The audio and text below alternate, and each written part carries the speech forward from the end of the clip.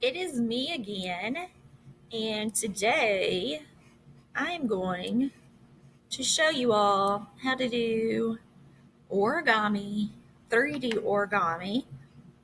I have some placed in my classroom, and kids, everyone loves it. Sorry, I wanted to grab it. This is one of them. This is like a bowl type of item that I have. And it's all made up of these little units that we're going to create. And as you can tell, it takes a lot of those little units to get to this. And you're not just building a bowl, you can build about anything. Once you learn the concepts and the basics of how to do this, then you can build about anything, just like Legos. So, with Legos, I think that the possibilities are endless. So I'm going to show you what it takes just to create the units, and then a simple way to build with them, and then you're off. You're going to try to do it all on your own. So what is origami? That's probably something that you're asking yourself right now. And if you're not familiar with it, it is basically the art of folding paper. It's a Japanese art form, so origami is a Japanese word. So it's the art of folding paper into decorative shapes and figures. My favorite type of origami is to make the balloons, so maybe I should do a video on that for you. But here's, again, it is limitless. There's so many options of things that you can create.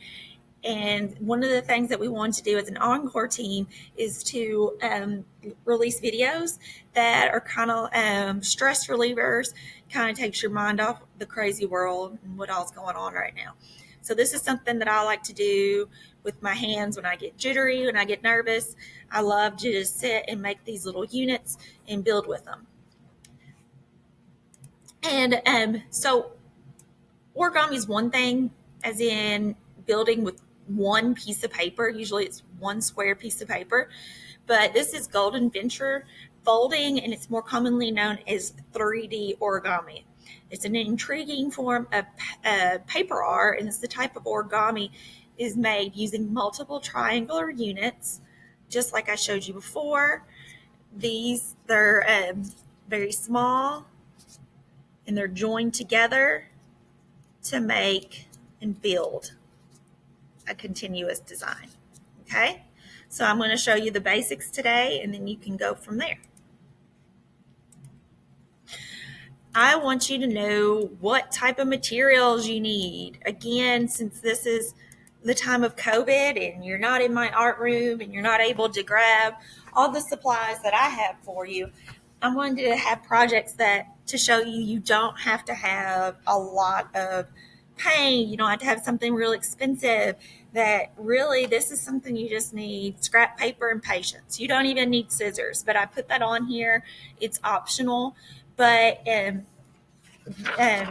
the Japanese tradition, they don't believe in cutting paper.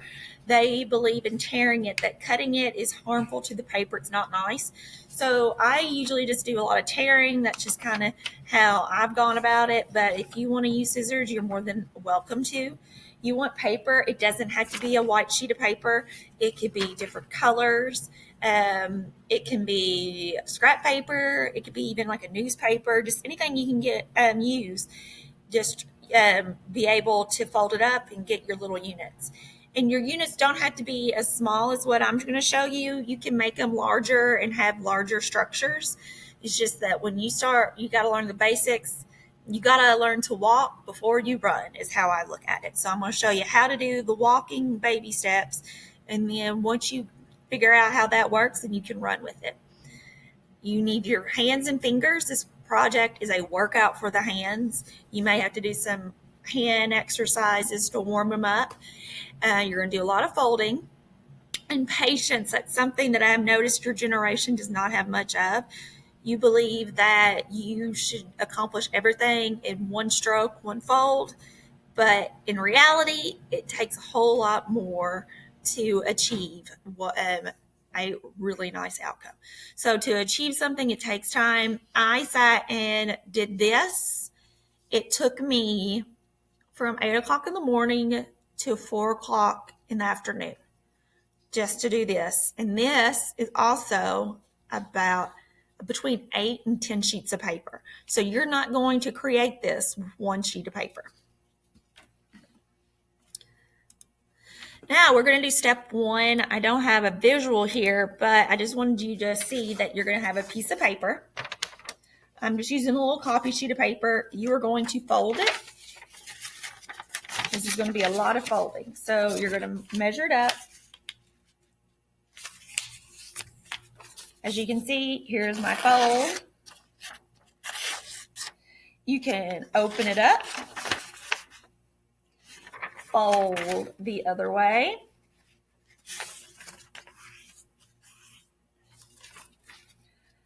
Open it up, so you got 2 creases. And now we're going to take this top and take it down to the middle crease.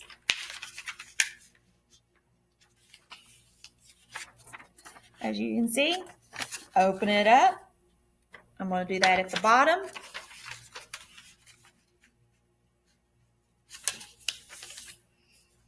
As of right now, I have 1, 2, 3, 4. 4 times 2 is 8. 8 units that I could tear apart there, but I can get more units out of this piece of paper. So now I'm going to take this side, fold it to the center.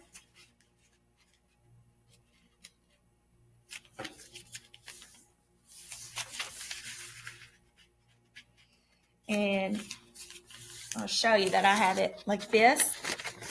I believe that's 16 units now. I'm really bad at math, but I'm just saying. There you see all those. And they're all, you can look at them through, how I like to look at it is that these creases outline the units. So as you can see this, and then you can do one more fold. And you will have the size of your unit.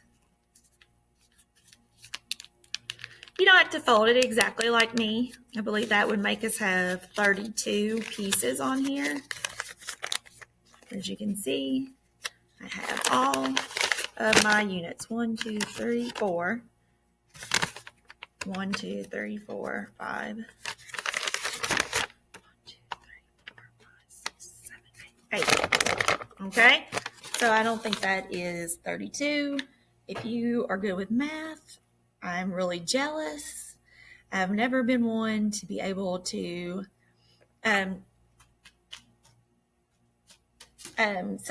figure out quick math. Oh, I was right.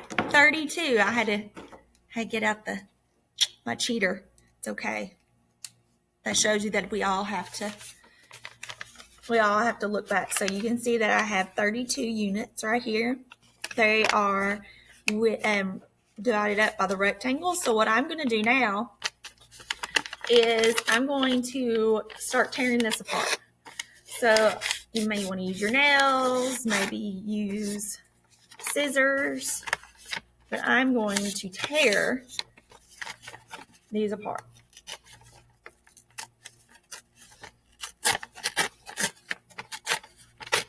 And don't think that you're going to do it just like perfect like I'm doing it right here.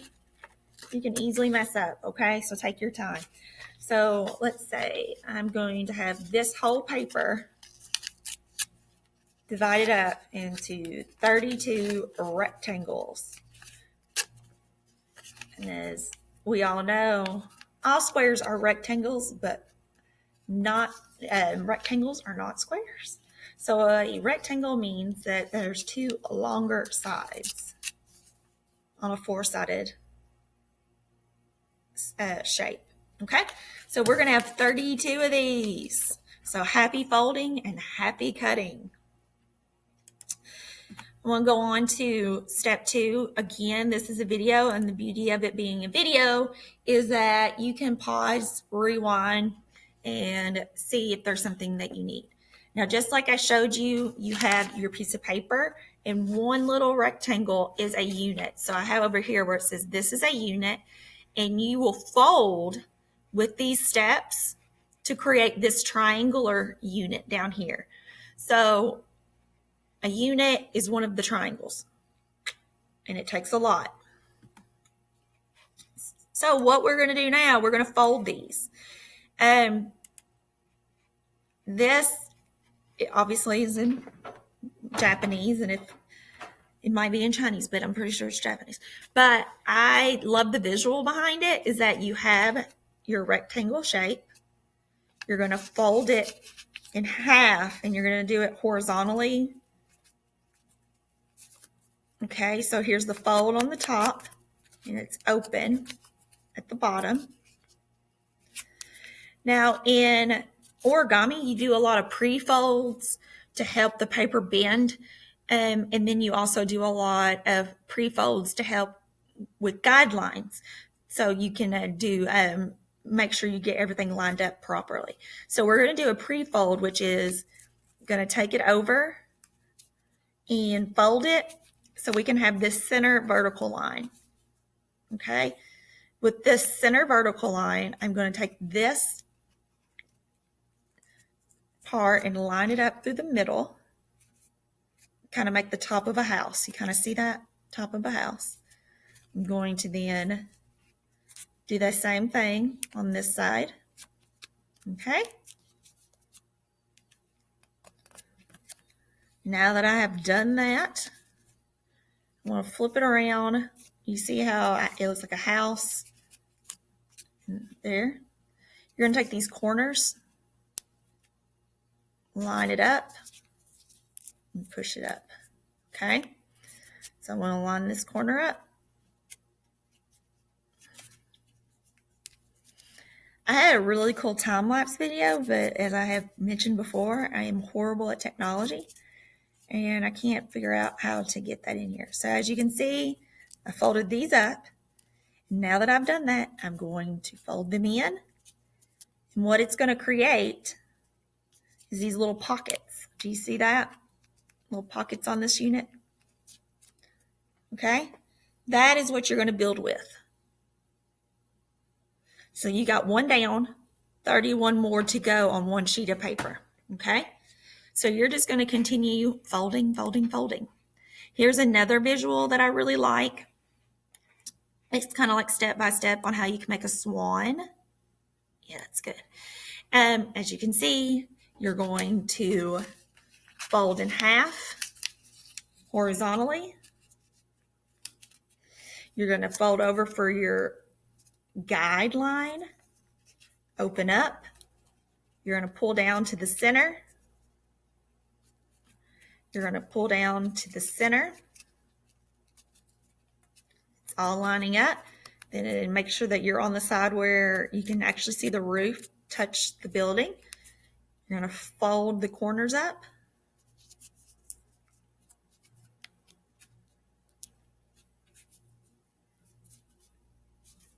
Close it. And then you will have your pockets right there. Okay? You can see that to the left it shows you that. And then this next image that's in the middle, those are just kind of how you're starting to build with them, okay? So just remember, you're going to fold in half, over, open, line it up,